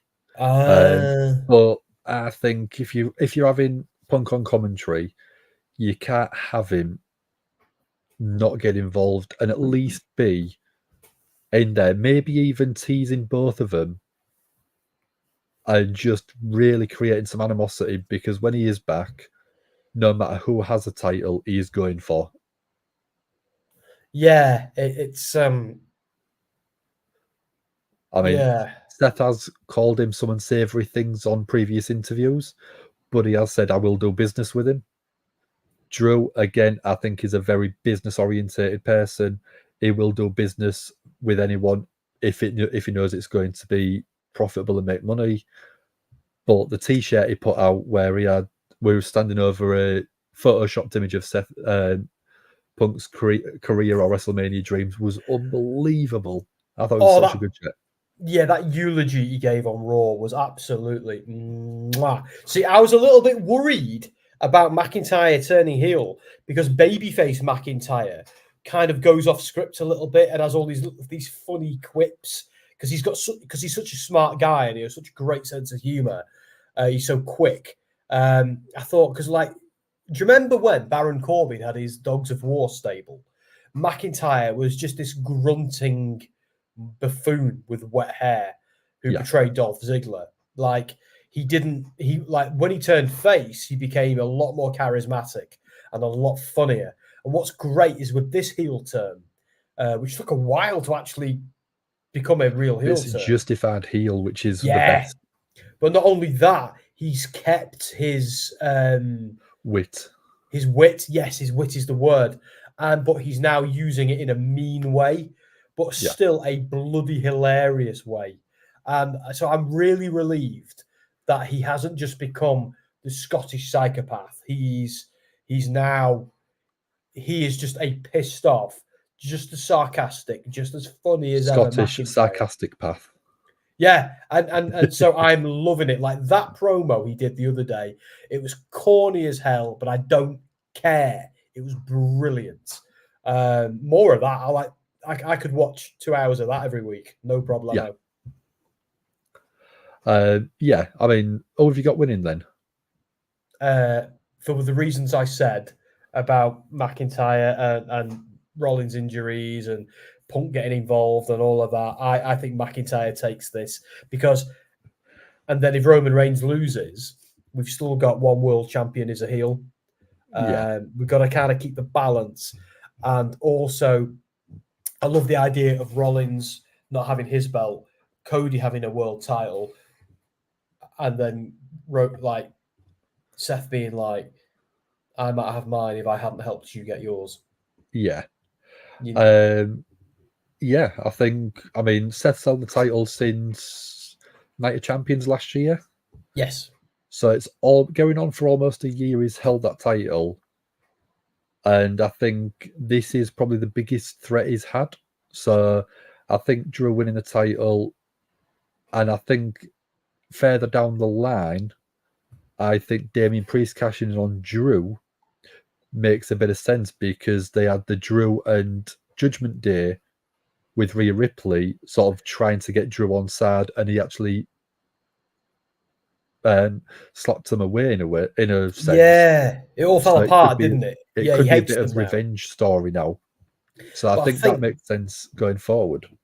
For that to work, I do think they might need to turn Damien Priest face, or maybe Drew. Yeah. They could turn Drew face, but it's a bit early because he's only just turned heel. It depends what, like, let's assume Cody wins tomorrow, and because Clash at the Castle, I talked about this last night on the Clash at the Castle stream.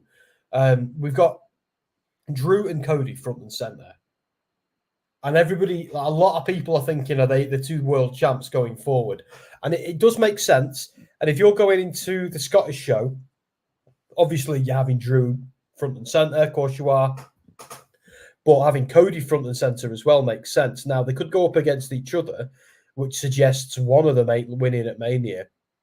But you could also have a situation where they're in two separate matches. Yeah. With other people, which is, I think, is probably more likely. The question is, like, it's all right with Cody. There's lots of people who can face him, but who do you put against Drew? And do you book Drew as a babyface for the Glasgow crowd? Because if you're using that, I would probably have Seth lose the title to Drew, and then near enough immediately start that face turn. So when he does go to Glasgow for Clash at the Castle, it's June, isn't it? June 15th. Yes, June 15th.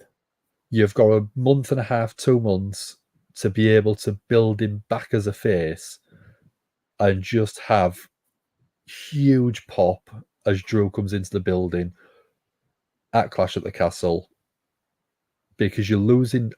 I don't want to think it, but I think you're going to have Seth Rollins disappear for a little while, recover, heal up some injuries, and maybe come back around SummerSlam. But have Drew be that new face champion that is batting away people like Gunther, because Gunther's lost his title at Wrestlemania. So you've got a big heel ready for Drew to go up against as the face. To be fair, that will be epic. If or you could also have if Roman Reigns might need something to, like, let's say Roman loses, Roman might also need something to do in the run up to SummerSlam, and a feud with Drew, Clash at the Castle, to go after the big gold belt. Well, that could be something to do, because then imagine Drew flattens Roman Reigns in Glasgow, revenge for what happened in Cardiff. The more we talk, Dan, the more a babyface Drew McIntyre starts to make sense. Yeah. But I don't think he'll turn until around the Backlash time, or maybe out just before that. Like, he could just say at WrestleMania, he could do what Nick Aldis did, just put in reverse. Like, Nick Aldis lost his title in NWA and been a massive heel, and then was like, what did that belt do to me? I'm really sorry for being such a dick when I had that belt, guys. It became all consuming, and that makes sense. So I love that Okada did something similar, actually, when in one of his reigns. And what if Drew does the opposite? Drew wins the belt and goes, you know what? I went to a dark place to get this. I'm not doing that anymore. I'm back on my whatever. Seth was defending this week after week after week. I'm going to do the same, Seth. And then when Punk comes back, maybe around SummerSlam, he could be like, hey, sunshine, you and me have got unfinished business. So there's so many routes they can take. But what I love about this Mania is the heavyweight championship, the undisputed championship, and the IC championship are all connected this time. There's so much connecting storyline. Andy Spores is here. Oh my God. Hang on. Is he in? Can we get him in? We will do. If I do. Hang on, Andy. One, there we go. We did it. Hello from Philadelphia. How are we? Yeah. I'll apologise. I don't know if the connection's going to be any good, but I'm hoping it is. Can you hear me okay? Yeah, it's good at the moment, you're very dude. loud. Yeah. Okay. I'm just in the hotel room in Philly before running out to go to the WrestleCon Super Show. But I thought I'd stop by and say hello. Yeah, good. Because we were hoping you would, because it's a nice surprise for everyone in the chat who's like, oh my God, he's here. So because we've been talking for like an hour and a half. Well, me for even longer because I did the Ring of Honor one. But how is it so far? So where have you been? What have you done? Talk us through it. So we arrived last night, and then we had a lovely dinner last night in Philly. Decided not to get a cheesesteak yet. We're going to get a cheesesteak when we've got a good time to enjoy it. I had a great grilled cheese sandwich, and then today we got like at 4:45 in the morning, and we went to Washington DC to go visit Joe Biden at the White House. So we saw the sights of Washington DC. It came back. We've just stopped at the Superstore, the WWE Wrestlemania Superstore, and seen all the merchandise. I bumped into Josh Briggs and Brooks Jensen, who were there. They were just walking around. There was no one like looking after them. They were just in the store. And I got a picture with Josh Briggs, and I said, I thought people might have asked you for because obviously he's got a big match on NXT Stand and Deliver. And I said, I thought people might have been asking you for a picture. And he said, dude, I'm a fan like everyone else. I just enjoy it. And if anyone asks me for a photo, that's great. But I just want to pick up a couple of T-shirts, meet a couple of people. And he was a lovely guy. I know there's some kind of speculation about that sort of stuff around, but my interaction with him there, he was a nice guy. Busy, also, lots of people dropping money. Let's not forget, he's the forever Evolve champion. He was the Evolve champion when it got bought by WWE, and he never relinquished. So as far as I'm concerned, Josh Briggs is still the Evolve champion. Sorry, Andy, you were saying. No, just the Superstore is busy. Lots of people dropping hundreds, if not thousands of dollars on autographed stuff and belts and T-shirts, jackets. I don't think I spent loads of money, but I spent enough that I will not be spending much more for the rest of the weekend on merch. But careful, Andy, your wife might be watching. Be careful. Well, I think she'll be tucked up in bed. Hopefully, she doesn't see this. But lots of cool stuff. So if you are in Philly and you're watching this or anything like that, then go check the store out because I'm sure you'll find something that you can like. We did pop our head through the curtain at WWE World, which is the sort of new version of Access. There was rumours. I think I don't know if I can confirm this. The Rock was supposed to be on at 4 in the afternoon here. We think he might have been quite late and might have been a couple of hours late and finishing up later on. I can't. Too.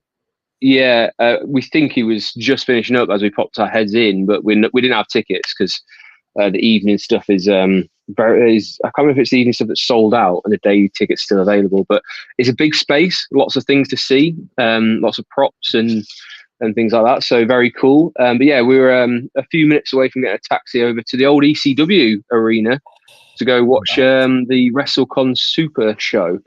Which has got some great names on it. Matt Riddle's going to be there, and Nick Namath there, Joey Janela. So, yeah, we're going to go check that out. That starts in about 25 minutes, but luckily we're just down the road, so it won't take too long. Cool. But yeah, I hope everyone's enjoying the prediction stream and enjoys WrestleMania weekend. I might pop my head in at some point over the weekend again, but keep up the good work, lads.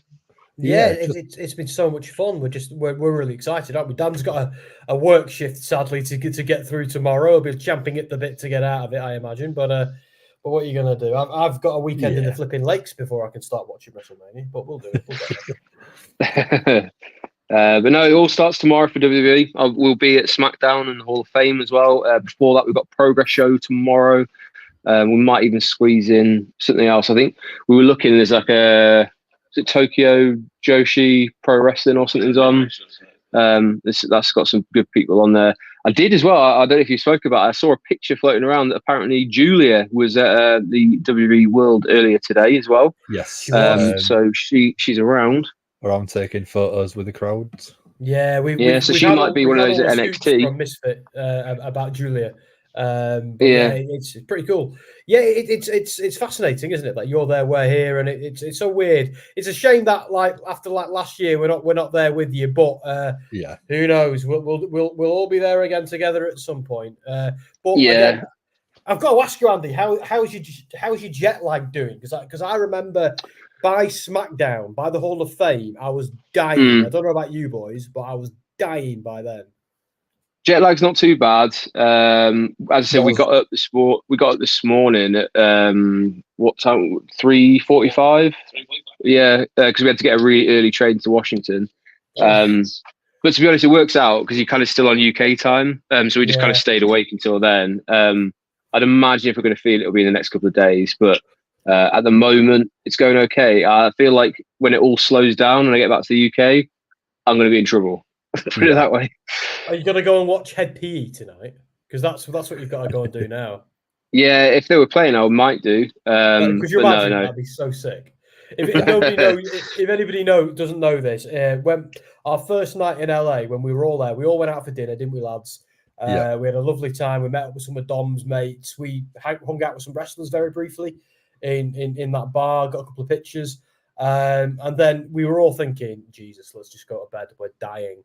No amount of Red Bull is working anymore. Nothing is working. Dom goes up the street. Head PE playing. Should we go and watch a Head PE concert? It's like 11 o'clock at night, but who's up for it? And we're all thinking, are you serious, mate? We're dying.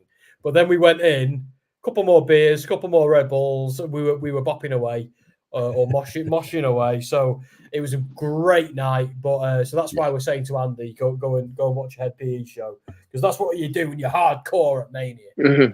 Yeah. Well, I'm going to love you and leave you, lads. I'll let you get back to your regular scheduled programming and crack on with the rest of the predictions. But lovely to see you all. Have a lovely WrestleMania weekend. If I don't see you before you go, enjoy it. Just give a little plug for what you do. Yeah, do it. Well, I don't do anything. No, you can catch me. Some people might be watching. They'll see me normally on a Friday night. I do the Friday night features that are on Wrestling Royalty and on GAHY as well. And yeah, if you want to see me do some like editing stuff, which is to do with my own personal journey in fitness, you can go check out Roller Coaster of Running, which is where I do my sort of running journey, my running vlogs, etc. But I'm hoping I'll piece together some sort of articles for WrestleSphere, Soundsphere, etc. I'm sure Sam can plug more about WrestleSphere as the night goes on. You can see some of my work there. But another cheap pop for WrestleSphere as well. So check out that good work, and there'll be plenty of stuff, I'm sure. But if you want, follow me on Twitter. I'll be putting some stuff out at Sporsy19. And yeah, just look out for some photos from the next few days. But as I said, have a lovely WrestleMania, and I'll catch you guys real soon. Mate. We demand more pictures and for the Give Me a Whole Yeah page as well. Because you're carrying WrestleSphere and Give Me a Whole Yeah and Wrestling Royalty, no pressure. And the boots on the ground. It's all you are. It's all on you this year. Yes. Right, I'm going to go to ECW Arena. You'll have a good weekend. Wine. Mega jealous. See you later. EC Take it easy, man. EC Dub. I was sick. I'm so glad he did that. Yes. Because I can't believe he's going to the 2300 arena right now. I know. But we're going to bed, Dan. Well, we've still got the main event to go. Yeah. So we'll get you in bed before midnight, mate. I promise. Yeah. First of all, we both think it's going to be Bloodline Rules, I presume. Yes, 100%. So with Bloodline Rules, do we think Cody is going to finish his 2-year story? Or do we think Roman is going to end up holding the title even longer until probably even past SummerSlam? I think Cody wins. I think all the stuff they've done with The Rock, doing what he's done to him, and the Mama Road stuff and all that, like, I think the time is now. I think Roman wants to start winding down, just have a bit of time away, focus on his health, focus on his family, explore some opportunities in Hollywood, and kind of work as and when he wants to, where and his title reign, people are getting fatigued with, because the Roman match is becoming quite formulaic now. We've seen it a lot, and I enjoyed it, but it was the Sami Zayn and the LA Knight matches that made me kind of think, okay, this, like when Anthony was saying, I don't like Roman Reigns matches, that it's the same match every time. I was like, you've got a point, but I kind of like it, so shut up. But now it's getting increasingly difficult to argue with that. Yes. And they've got to do something about that soon. They could have mixed it up and had Roman win clean a little bit more, but they didn't. So here's the thing: Roman needs to lose that belt at a WrestleMania show. Anything less is disrespectful. SummerSlam is not good enough for the end of that title reign. Sorry, it's not. So if Roman doesn't win here, doesn't lose here, you're looking at next WrestleMania. Yeah. And he doesn't want to be here fully, like just even as much as he is now in a year's time. He wants to have a bit of time away. So Danny Green is saying Roman Reigns 1-on-1. Bloodline starts slowly breaking up, cost him after Roman beats Hogan's number of days record around Bash at Berlin. There's a few reasons why they're not going to do it that way. I vote for Cody Rhodes. Yeah, me too, Hassan. Because like there's some confusion with Roman's title reign. He hasn't held that belt as long, even then, as Hulk Hogan, because it's the universal belt he's held for the longest time.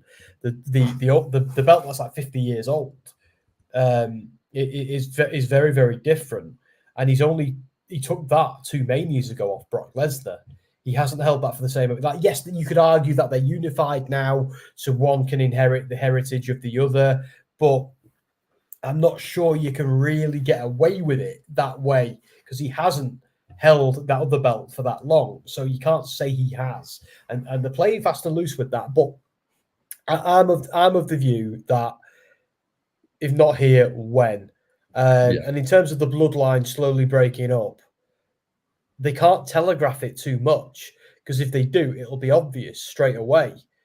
I think there's already evidence that the bloodline is kind of doomed.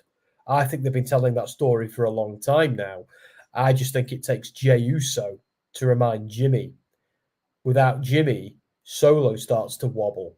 Cody gets Roman gets increasingly vicious, starts shouting at Solo. And he always needs a scapegoat.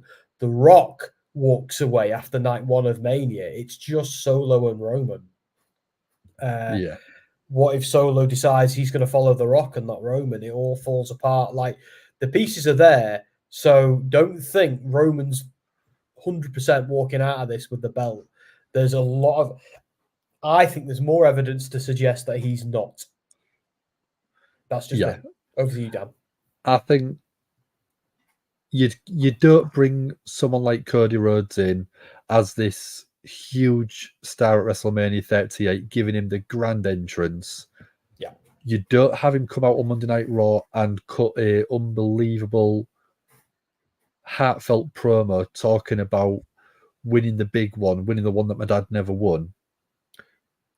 I know it's technically, if you want to get really pedantic about it, it is a different title to the one that his dad won. His dad didn't win. It absorbs the same heritage. It's like the WWE Championship is the spiritual successor of all those. Yeah. So it's still the it's still sort of, it's a different lineage, but it is still the biggest title in the company, and that's what his father never won. So I don't see him not winning last year and them not keeping that story going and having him not win this year.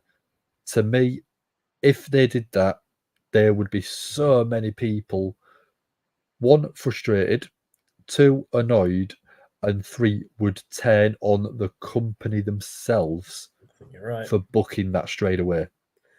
Yeah, here's the thing. They want to turn Cody Rhodes into the next John Cena. Now, maybe he won't be on the same level as Cena. Maybe nobody will. But they're looking at Cody Rhodes as that next guy. That's what they're looking at. Next and complete face. Yeah, exactly. And if he loses a second time, he isn't that guy. He isn't the thing. Yeah. So that is why I think he might be winning, because I struggle to see where else they go from there. Yeah. Where if Cody wins it, a lot of moving pieces with the other belts and stuff like that all click into place. Different characters, different matchups. Yeah. It creates so many more things going forward. But if you don't have Cody win, you're back to exactly a year ago. Yeah. With the top guy being a part-timer, the guy wanting the title on a different show altogether. So to me, there should be no question that Roman is losing this title on Sunday night at WrestleMania. I think you just worded it more articulately than I could have. I think that's it. I think that now is the time. That look, we could be wrong, and they might have an awesome story planned that we haven't predicted. It's happened before; it can happen again. But I think where we are, because of it happening before, if they do it again, it's going to start to look like they're being contrarians and they're just doing it to be shocking. The thing with wrestling is you've got to eventually have the payoff. You've got to eventually have the good guy winning. Even if it's... See you later, Michael. Thanks for joining us, mate. Have a good weekend. I'm looking forward to getting and watching some stuff, dude. I mean... you've got to pay off this eventually, because if you keep spinning it out, people are going to lose interest. They in this guy, they just are. Like there's this strange theory that this is all because he's only on a temporary contract and he's going back to AEW. Sorry, I'm going to say it, that's horseshit. He's not. No. Like maybe he's going to go back there one day, but there's nothing on the cards for him to go to AEW right now. Believe me when I say that. Not when they've announced he's just signed a new contract. Yeah, like that. What on earth? Like he's not going back there for some time, maybe ever, because if he gets what he wants, the thing he couldn't get, he didn't manage to get there. He's gone back to WWE and he's on the cusp of it. And I'm telling you now, when he joined the company, it came with provisos, which is I'm the one who beats Roman eventually, and this is where I do it. I don't even think it'd have been that convoluted. I think it would just be in my contract, I will hold the championship one day. Yeah, but like they've done, like what they're doing with Cody Rhodes is they're setting him up to be a generational babyface, like Stone Cold, like The Rock, like Hulk Hogan, like John Cena. Like all these people who are all excellent heels as well, by the way. But apart from Cena, if you don't count the Undertaker feud, which I do, I think he was a heel in that feud. Sorry, he was. Yes, he was. Calling him out, that is a heel move. He became increasingly heel-like. Taker came out and squashed him. So John Cena was a heel in that feud. They what they need is a guy. See, they wanted Roman to be that guy. And then they eventually realized that the fans were right, and that Roman Reigns is absolutely the guy, but as a heel. Yeah. Like he's built for that role as a foil. But every foil, every supervillain needs a superhero, just as important. And Cody is that guy. So Cody is the plan B and a happy accident. But don't think they're just going to make Cody lose and then go to the mid card next week. No. It's not happening. Not happening. Like one where, like, even if it isn't after this Mania, Cody is gonna get that belt. Yeah. Don't think The Rock's gonna get it at SummerSlam or anything like that. If Roman doesn't win at this WrestleMania, then Cody probably is at SummerSlam, which I think is disrespectful to Roman personally, which is why I think it happens now. I just changed my mind. Someone somewhere. Because I think for me, if you're having this match now, you've got to have Cody win. I say you have Roman disappear for a month or two, rest up, do what's needed, because he has been a little bit more active, not as much as a full-timer, but we won't go there. But I think your big money match for SummerSlam, because he is more well known for it, is The Rock versus Roman. That is a match that needs no titles. It needs nothing apart from The Rock standing face to face with his family member, Roman Reigns, nose to nose, teeth bared, wanting to be the head of the table, wanting to be the final boss. And they are both wanting each other's mantle, each other's title, because it means something to take the title off the other member of the family. Yeah, and you're right. That storyline is good enough on its own. Yeah. Just being that storyline where Roman can go off and do whatever he's doing with whoever. No, sorry, Cody can go off and do whatever he's doing with someone else. You've then got whatever's going on with the IC, whatever's going on with the big gold belt. You've got whatever's going on with the United States Championship. It frees everybody up to do something else, and all the wheels move at the same time, which helps power the machine.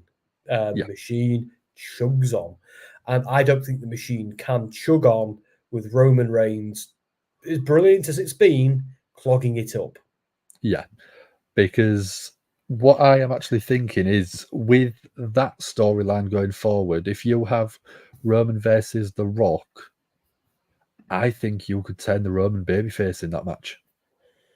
Well, I've got another theory. I think Rock, because like with Roman, I think his face turn needs to be a slow burn. Needs to be a redemption story, where The Rock can have a period of uncertainty, can have a period of madness. Something can happen with The Rock, and like after night one maybe, and he can be like, you know what? No, screw you. I don't acknowledge you. You're a dick. You know, like you have got in the way of who I am. No, you know what? Nah, I'm done with this. I'm done with you, boy.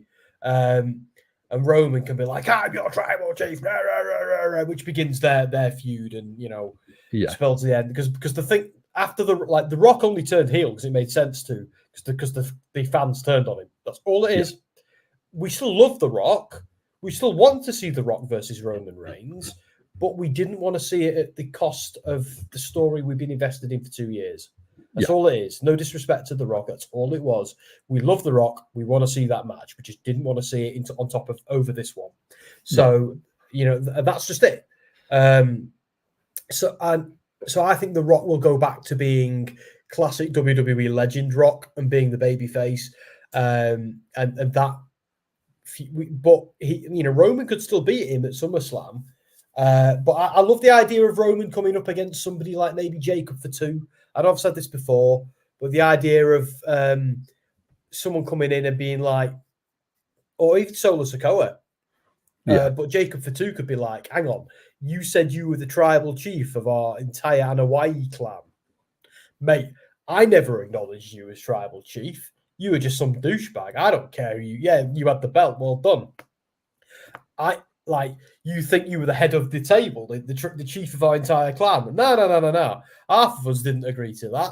Only the people who were here agreed to that. I'm here now, and I'm fancying I'm going to be the tribal chief, and you're a little bitch. And before you know it, you've got like a heel Jacob for 2, and you've got the Roman Reigns redemption story, and he's got to overcome this wayward, aggressive cousin. Or they could do the same thing with Solo Sikoa. Or because people keep thinking Solo Sikoa is going to turn face, and he might, but it only makes sense for Solo Sikoa to turn face if he's going to join a united Usos, maybe Sammy as well, maybe The Rock. The bloodline. I've always had this idea of the bloodline walking up the ramp and looking back at Roman Reigns and being like, "Nah, mate, you're on your own. You're on your own. I'm sorry. We tried, but you went too far." I love the idea of that. They might not do it, but that's what I've been thinking all along. But with Roman Reigns, the story continues. The question is, after SummerSlam, if he is indeed fighting The Rock, and if that happens, is that when he takes his break? Or does he go away and come back at SummerSlam? I think like I said, I think he has maybe a month, 2 months off, and then comes back June, July time, and then starts that storyline with The Rock for the August SummerSlam show. Yeah. I think it's a good amount of time where you've already got that pre-built story with it being The Rock and Roman, with it being family, with it being after this match at WrestleMania. So you could plant the seeds of, I don't know, Roman hitting The Rock with a spear accidentally in this match. And then a couple of months down the line, you have them both come back and you have that feud built of, you was the one that cost us on the night, or you speed me, you knew where I was, it's your fault. So it's an easy story to sort of build into that, to go forward with that, into a SummerSlam match.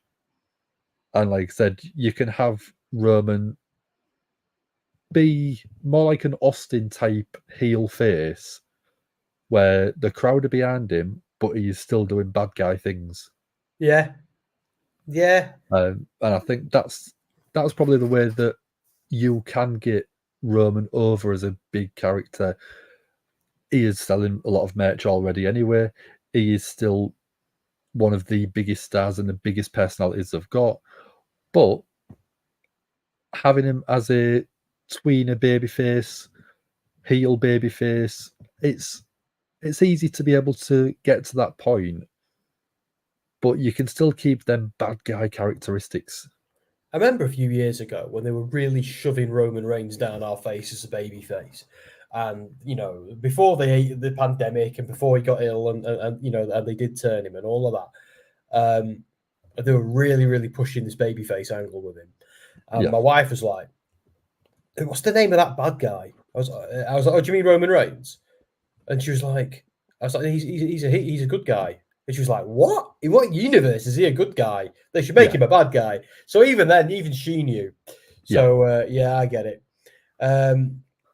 Right, yeah. So, guys, I think we've covered everything we needed to cover, Dan. Yeah. It's been It might be time for bed. Couple of hours near enough. Yeah. So all I'm going to do is make sure that you are watching on Saturday night, because I will be here covering WrestleMania Night 1. I will be back 24 hours later covering WrestleMania Night 2. I may see if I can drag special guests in, special appearances from a couple of people. I don't know. Oh, cool. I can't guarantee it. If you don't want to join in the predictions yourself, I have pinned the link in the chat. It is in the description of the video. It is also on our Twitter and Facebook pages. So get yourselves over onto them. Let us know that you've entered. We will be keeping our eye out on WrestleMania itself, so I can let people know who's doing well, who's doing not so well. And there is a couple of tiebreakers in there. We did have Mark Ask earlier on. If you are putting a time in, it is the complete time for Night 1's main event, Night 2's main event. What is that combined time going to be? If you want to put 1 hour 43 minutes in total, you can write it as 1 hour 43 minutes as words. You can put the numbers in, but make sure you put it in a way that I can understand that, so I know if you are going to be winning. If you haven't already, Sam, get your votes in. I've done it, mate. Okay, that makes it a bit easier because I don't have to chase you tomorrow for it. No, I've done it. I did it in between the Ring of Honor stream and this one. Okay. I said I would, so I did it. So, so that's done. If people do want to, we did do a Ring of Honor, Supercard of Honor predictions just before this one, which was Sam covering all of that one. He knew a lot more about it than me, so I didn't want to sort of say rubbish.